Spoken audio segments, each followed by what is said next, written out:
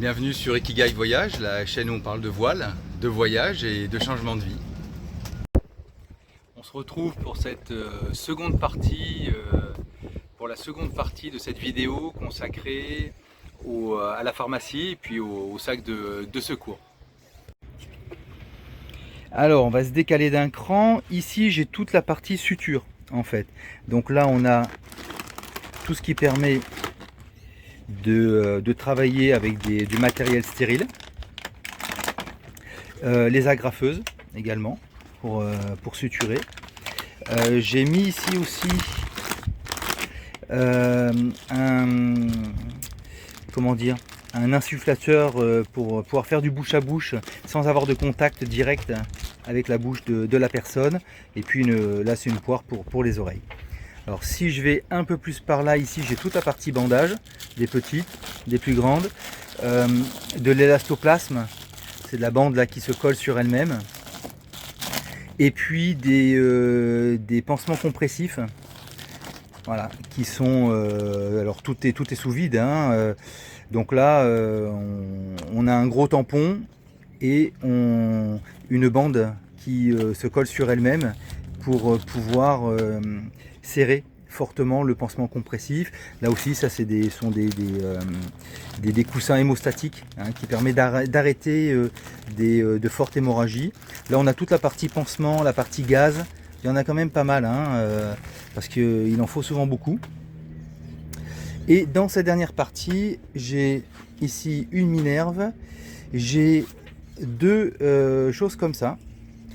Alors ça c'est très bien parce que ça permet de faire des attelles. C'est de la mousse des deux côtés et au milieu il y a une petite bande d'alu. Du coup on peut la tordre un peu dans tous les sens et ça permet de s'adapter aux bras, aux chevilles. Donc c'est pas mal. J'en ai une deuxième au fond. Voilà. Et ici j'ai un collier cervical. Hop, il est là.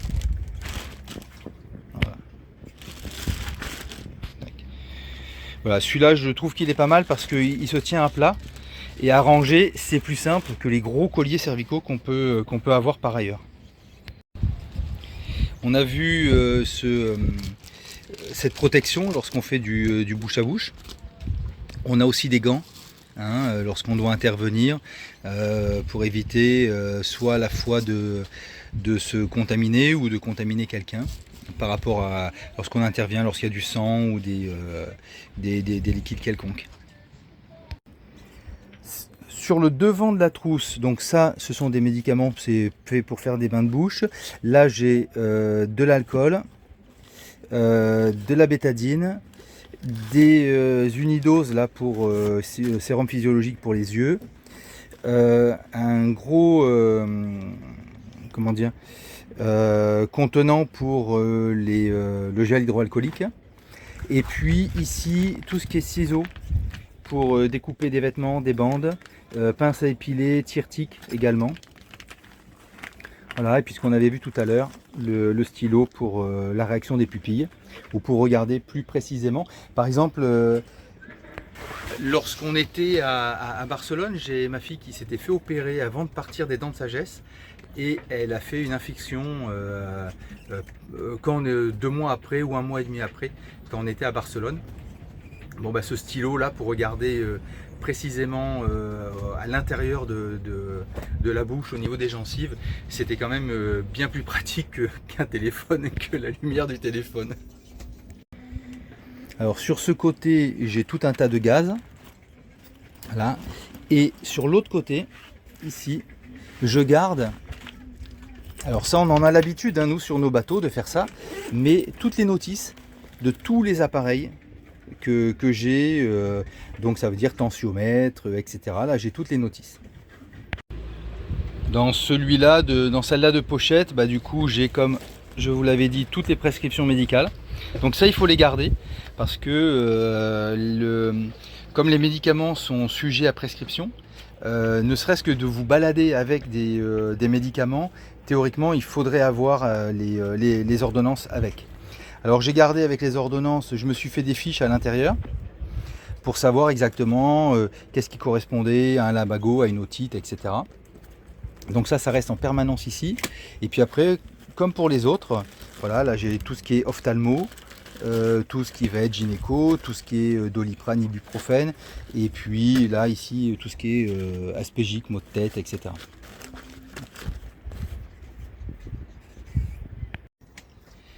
J'ai sur Ikigai, on a 3 autres documents qui viennent compléter la trousse de secours. Donc là, on est en cas d'accident ou en cas de maladie. Alors, la première, c'est quelque chose que l'on fait avant le départ, c'est que pour chaque personne sur le bateau, on a une fiche médicale qui résume l'âge, le sexe, la taille, les antécédents médicaux, les vaccinations à jour, pas à jour, les allergies, et puis les éléments particuliers qu'il faudrait donner à un médecin si on a un médecin au bout du fil qui nous dit bon bah voilà, moi la personne je la connais pas, je la vois pas, vous êtes mes yeux, décrivez-la moi et puis c'est quoi, quel est son historique. Donc c'est bien d'avoir ça parce que rappelez-vous aussi un problème. Alors si c'est une maladie, bon, si les symptômes sont très virulents, on peut être un peu dans fort sous stress. Mais si c'est un accident, bon bah là vous avez déjà perdu 70% de vos capacités de réflexion, hein. Vous êtes en mode survie, le mode rationalité il a complètement été absorbé. Donc il ne faut pas croire qu'on va se rappeler comme ça de la date du vaccin antitétanique de la petite dernière. Non, non, ça il faut que ce soit, pour nous, il faut que ce soit écrit quelque part.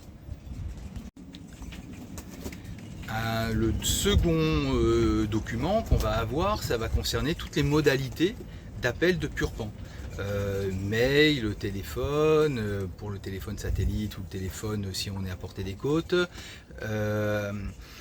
également la VHF, enfin tout ce qui peut permettre de contacter Purpan. Alors vous l'avez peut-être déjà vu sur une précédente vidéo, mais je vais refaire un zoom dessus. Ça, nous on l'a en forme papier en dessous de la VHF. C'est-à-dire en dessous du centre de communication, et je l'ai aussi écrit sur la paroi du support de VHF. On va le regarder tout de suite. Ici, alors, on a notre centre de communication. Donc, vous voyez, alors moi j'aime bien écrire Ikigai déjà en alphabet international. En dessous, j'ai le cross-greené, et en dessous, j'ai la téléconsultation Purpan. Voilà, comme ça c'est fait tout de suite. Et en dessous, ici, on a toutes nos fiches d'urgence, soit VHF, ici, la communication avec le CCMM, c'est-à-dire le Purpan pour la téléconsultation médicale, mais également tout ce qui est brief de sécurité, tout ce qui est conduite à tenir en cas de brouillard, et puis tout ce qui est signaux de détresse, etc. Et tout ce qui est gros temps. Voilà, ça sont un peu nos fiches d'urgence, mais en tout cas, on a notre fiche pour contacter la téléconsultation. Et puis, au cas où, on l'a ici. Alors ici, vous avez remarqué, tout ce qui est ici, c'est écrit en gros. Parce que parfois, sur les bateaux, on a des personnes qui ont besoin de lunettes. Et lorsqu'elles ont besoin de lire, elles n'ont pas forcément les lunettes à disposition parce qu'elles étaient dehors, parce qu'elles sont arrivées en courant. Donc, moi, j'aime bien écrire tout en très gros, de manière à ce que ce soit lisible pour tout le monde et par tout temps. Le troisième document qu'on va avoir, alors il est à l'intérieur du sac, ici, dans la première poche, je sais où il est, j'ai même pas besoin de regarder, il est là. Ça, c'est la fiche d'observation médicale de Purpan. Alors vous voyez, quand vous avez des fiches papier, ayez toujours, enfin, moi je fais en sorte d'avoir toujours le stylo qui va avec. Parce que sinon, on passe son temps à courir après les stylos. Et c'est quand on en a besoin qu'on les retrouve pas. Je vais me mettre ici pour avoir un petit peu moins de vent. Donc voilà, ça c'est une fiche d'observation qui vous donne des indications sur le bateau, sur le patient, sur les antécédents, les allergies ou non. Ensuite, tout ce qui va être le bilan qu'on fait, hein, un bilan fonctionnel, un bilan des fonctions vitales, donc la neurologie, la respiration, le bilan en cas de trauma. Voilà. Et puis bah, ça continue, hein, les douleurs thoraciques, abdominales, etc. Et puis ensuite sont des fiches de suivi parce que lorsqu'il y a un diagnostic de posé, lorsqu'il y a une prescription de fait, une conduite à tenir qui a été mise en place, il va falloir voir 1 heure après, 2 heures après, 3 heures après, qu'est-ce que ça donne et surtout comment ça évolue. Donc c'est bien d'avoir ce document déjà tout prêt, parce que c'est pareil, c'est pas à ce moment-là qu'on va sortir l'imprimante. Et s'il faut récupérer un bout de papier sur un post-it ou un post-it, et puis c'est quand on a le médecin au bout du fil qu'on cherche encore le stylo. Voilà, tout ce qui concerne la sécurité, l'urgence, pour nous, ce sont des choses qui doivent être immédiatement accessibles et opérationnelles. Très souvent, le danger qu'on a, voilà. Le risque qu'on a ou le danger qu'il y a, c'est qu'on pense que c'est prêt. Parce qu'on sait que globalement, à tel endroit, on va récupérer telle chose. S'il y a un problème, s'il y a du gros temps, on va mettre une encre flottante. L'encre, elle est au fond d'un coffre, on ne sait même plus quel coffre. On ne sait pas comment l'installer. C'est quand on l'installe qu'on s'aperçoit qu'elle n'est pas opérationnelle. Enfin, vous voyez, la loi d'emmerdement maximum, en fait, elle fonctionne comme ça. Nous, ce qu'on fait, alors moi, c'est pas parce que je suis un obsessionnel du détail et du rangement, mais c'est simplement que le boulot du chef de bord et le boulot de chaque personne à bord, c'est de minimiser à chaque fois le risque de loi de l'emmerdement maximum. Voilà, et la petite chose qui va venir en plus. Et là, on est sur des choses où il y a de la sécurité, il faut réagir vite, et le temps compte.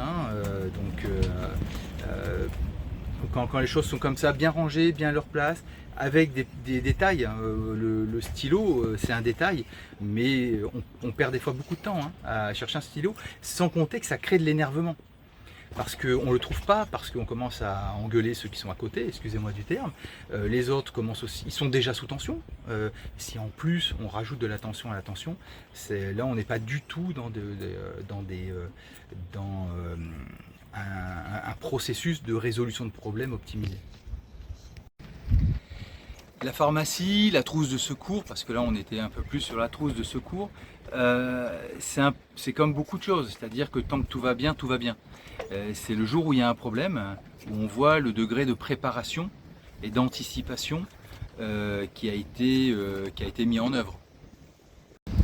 Alors, personnellement, j'ai commencé dans le milieu du secourisme en étant nageur sauveteur avec un BNSSA, donc là on avait toute une partie liée au secourisme en équipe et puis à la réanimation et tout ce qui était lié aux noyades. Et puis au fil du temps, là j'ai validé aussi des enseignements médicaux niveau 2 STCW qui sont plutôt destinés aux professionnels du nautisme. Mais lorsqu'on a décidé de partir, avec Moufida, on a aussi décidé que toute la partie médicale, secours, ne pouvait pas reposer sur une seule personne. Parce que si la personne blessée c'était moi, ça allait poser un souci. Et se faire un massage cardiaque à soi-même, c'est un petit peu compliqué. Donc à partir de là, on a décidé qu'elle allait passer également ses certifications de premier secours. Alors si je devais résumer, je dirais qu'on est dans un système de contraintes où on doit pouvoir faire face à un maximum de situations dans un espace qui est extrêmement contraint. Et l'autre élément qui va nous contraindre, ce sont aussi nos compétences. Alors les compétences, on peut jouer dessus parce qu'on peut se former. Le matériel à emporter, on peut se fier aussi à l'expérience des autres qui ont fait des parcours un peu comme les nôtres, à l'expérience des professionnels aussi qui voient passer beaucoup de marins, professionnels ou non. Lors de la préparation, on va aussi tenir compte de l'équipage. C'est pas la même chose de voyager avec des enfants qui ont 3, 4, 5 ans et de voyager avec des personnes qui vont avoir 65, 70 ans. Les risques sont pas les mêmes, les pathologies potentielles sont pas forcément les mêmes. Donc ça aussi, c'est quelque chose qu'on va intégrer. On va intégrer aussi les antécédents, bien connaître les personnes qui sont là. C'est pas le coup d'apprendre une fois ici que vous avez quelqu'un d'allergique aux crustacés, de ne pas avoir d'antihistaminique. Bon, c'est un petit peu tard à ce moment-là. Alors c'est vrai que c'est pas évident parce que quand vous parlez avec des médecins ou avec des personnes qui sont spécialisées, moi je passais du temps avec les personnes spécialisées dans le domaine de l'urgence, vous rempliriez le bateau de matériel médical. Mais juste après, vous allez parler à un mécano qui lui va vous faire embarquer un deuxième moteur quasiment. Et puis tout un outillage spécialisé à la mécanique. Mais si vous parlez juste après avec le voilier qui vous a révisé les voiles, il va vous dire oui mais il faut que tu emportes ça et ça et ça. Au final, on part avec 10 bateaux sur le bateau et c'est juste impossible. Donc c'est vrai qu'on est amené forcément à devoir faire des choix. Et c'est là où on va prendre de l'information, mais il y a aussi la part de chacun. Et de son expérience et de sa manière de fonctionner qui va aussi permettre de faire des arbitrages par rapport à ce qu'on va amener ou pas amener. Voilà, on est loin d'avoir fait le tour hein, du sujet.